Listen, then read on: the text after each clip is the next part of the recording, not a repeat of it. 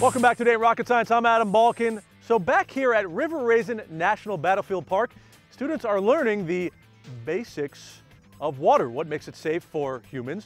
What makes it safe for the fish here? There's no better way than learning by doing, and these students got an eye-opening experience as they explored the waterways of the Huron River Delta on the edge of Lake Erie. It's the water-based part of Ticket to Float, one of the National Park Foundation's open outdoors for kids programs that aims to get young people into national parks, and in this case, to learn more about the water that surrounds their city. They taught us how to test the water, see if it's good to drink or if it's good for the fish population. Students tested the water from different areas of the waterway for oxygen and nitrogen levels and learned about why the pH number is important in keeping the water healthy. They gave us these little devices and we put them into the water, and then we just waited, and then it told us a number, and depending upon the number, it can tell you how healthy the water was for the fish. I want to see the students not to pollute the water. I want us to go around with a healthy environment. Organizers hope that the teens will be inspired to be more environmentally conscious and that water conservation and management could be a field of study. A lot of the science has been lost in schools, so when they come out here and they learn about the water quality and the importance of preserving our environment, they can go back and teach their siblings and their communities. A lot of times students don't even know and families don't even know there's a national park in their backyard. Really what our goal is to let them know that there is a park here for them, for their families to come out and enjoy, to recreate, to learn. To find a program like this near you, check out the National Park Foundation's website at nationalparks.org. All right, now taking what may seem like an odd combination, water and robots, and how they are ingredients in what may end up being one of the most inspirational science stories you may ever hear. People were, yelling and screaming and clapping. That was my own little version of, heaven. We're so excited. It just was like, almost like it didn't happen.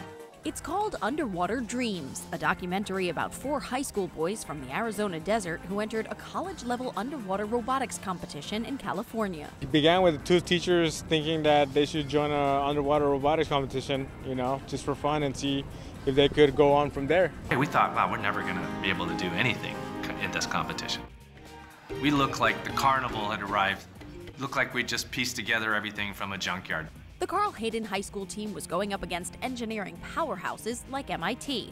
They were in it for fun, to learn and improve their skills. But what happened next was unbelievable. Carl Hayden. When they announced first place, we just all stood up. The whole room was screaming because we were the high school team. 10 years later, filmmaker Mary Mazzio turned their unbelievable story into a documentary. They defeat all the colleges, including MIT. Look at the kind of talent that we have from zip codes and areas that we totally overlook as a country.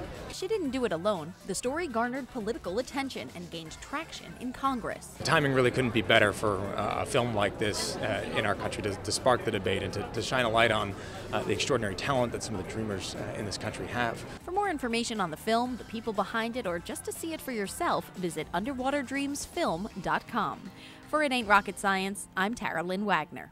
Now a bit of a treat here. We got to spend some time with one of Hollywood's most successful directors, whose love of the ocean has taken him to the greatest of depths. Imagine how long it took the explorers, and they weren't dealing with the pressure and the darkness and all that stuff. Imagine how long it took them to explore America. That's how much is left down there to still be explored. Cameron's referring to the deepest place on the planet Earth, at the bottom of the Mariana Trench, over 36,000 feet underwater.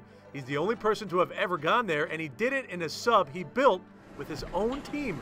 The mission was called Deep Sea Challenge, and it took Cameron and his team 7 years to accomplish it. And in James Cameron fashion, a 3D movie was made about the adventure. Cameron says his inspiration to get involved in science started at a young age. I was probably 8, 9 when I started really going through the National Geographics and seeing what, Jacques Cousteau was coming on television. Funny he should mention Jacques Cousteau, because we were lucky enough to catch up with Fabien Cousteau, who continues to carry his grandfather's legacy of ocean exploration. The ocean really represents our life support system, whether we know it or not. Without oceans, there's, what is it? This planet's a little brown rock in space like every other. Because of ocean, because of water, because of the critters that live in there, we are able to live. Fabian, like his grandfather, is an avid ocean explorer and underwater filmmaker. He talked about what motivates him to continue exploring. Going to see what's around that next coral head. Maybe discovering the next cure for cancer. I mean, there's so much down there that we have yet to understand. And Fabian doesn't just explore on his own. He also works to get the next generation of underwater scientists inspired and involved. Science and math and all that can be really fun if you show why it can be really fun. I think my message as far as my family's concerned and friends like Sylvia Earle and others is to really highlight why it's so cool, why it's so much fun. He dove with Dr. Sylvia Earle on his latest project, Mission 31. Dr. Earle just released her own documentary, Mission Blue, after more than 5 decades of exploring. It's a gift to the ocean, basically. A gift to all of us to be able to tell the story of why the ocean matters, what we're doing to it, how the ocean is in trouble, but that it's not too late to turn things around. Dr. Earle spent her life exploring and studying the ocean and led the first all-female team of aquanauts. She says the ocean has changed drastically over her lifetime and is pushing for more ocean conservation zones. We have to protect the underpinnings of our life support system. It's like protecting your heart.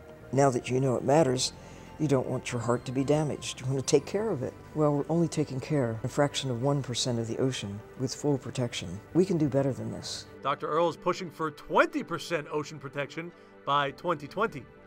Well, that does it for this episode of It Ain't Rocket Science. Remember, to find more science, technology, engineering, and math opportunities in your neighborhood, head over to www.connectamillionminds.com. And until next time, it's been a blast.